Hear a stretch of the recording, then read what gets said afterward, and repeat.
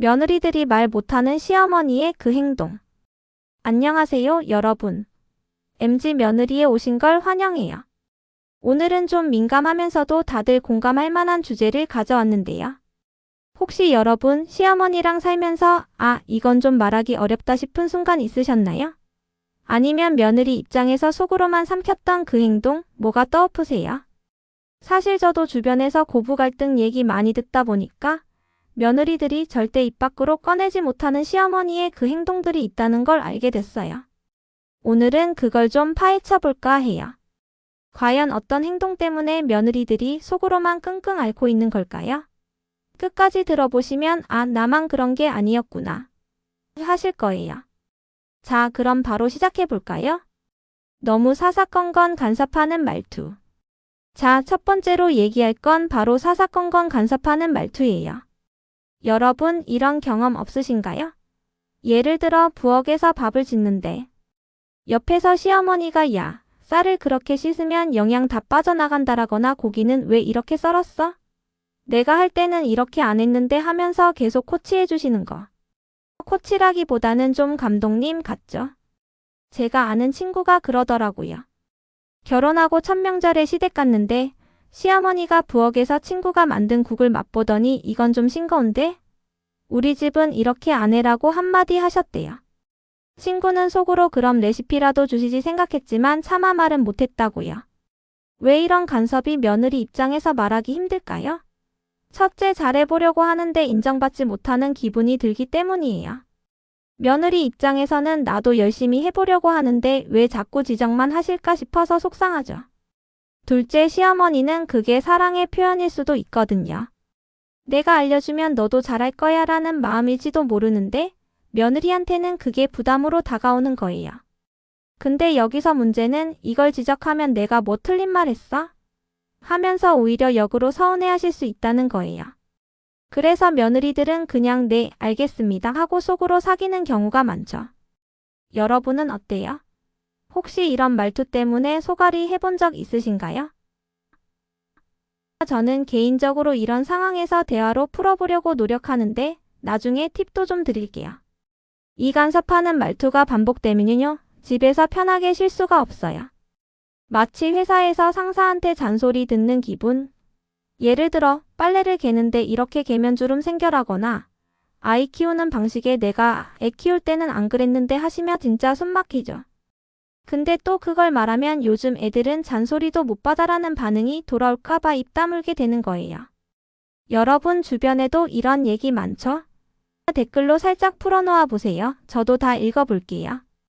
눈치 없이 비교하는 버릇. 두 번째는요, 눈치 없이 비교하는 버릇이에요. 이건 진짜 며느리들 속 터지는 포인트 중 하나예요. 예를 들면 옆집 며느리는 매일 아침 시어머니 밥 챙겨주던데라거나 내 친구네 며느리는 명절 때마다 선물 사온다더라 이런 말들 있잖아요.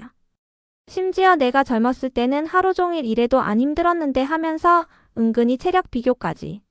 웃으며 이거 듣는 순간 며느리들 머릿속에선 나더러 어쩌라고? 하는 생각뿐이죠. 제 친척 중에 한 분이 그러셨어요. 시어머니가 자꾸 작년에 우리 조카 며느리가 김치 이렇게 담갔다더라 하면서 은근슬쩍 비교하니까 그 친척이 결국 속으로 그럼 조카 며느리 데려오세요 하고 생각했다고요. 웃음. 근데 당연히 말은 못했죠. 왜냐? 말해봤자 너무 예민하게 굴지 말하는 답만 돌아올 것 같아서요.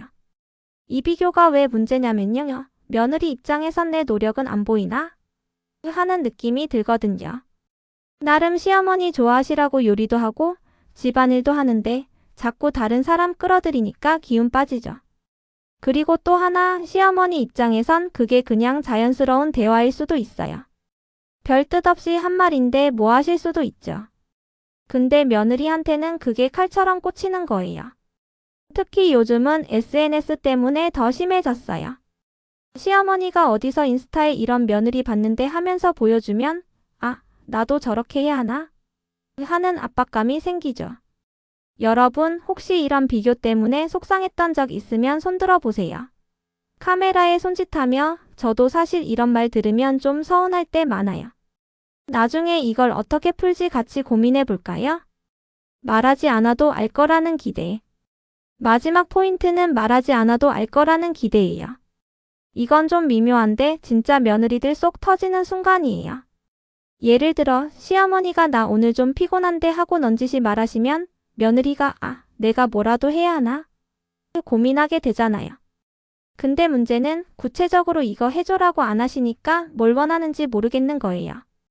제 지인 얘기인데요. 시어머니가 요즘 허리가 좀 아파서 하시길래 지인이 괜찮으세요?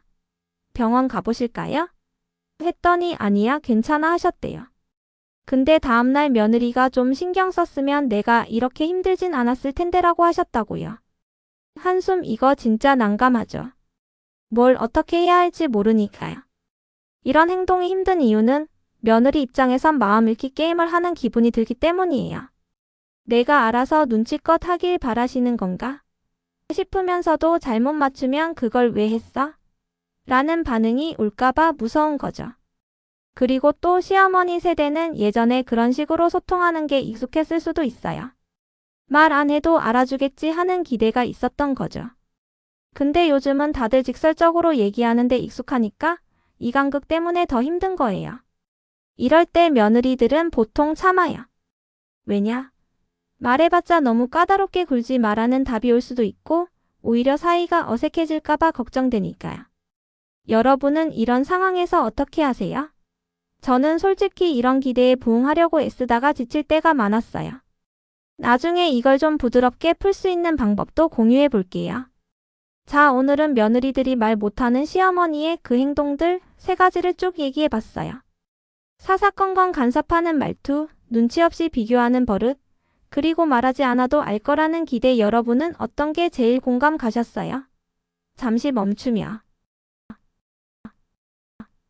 저는 사실 이 얘기들 하면서도 나도 저런 적 있지 하면서 계속 고개 끄덕였거든요.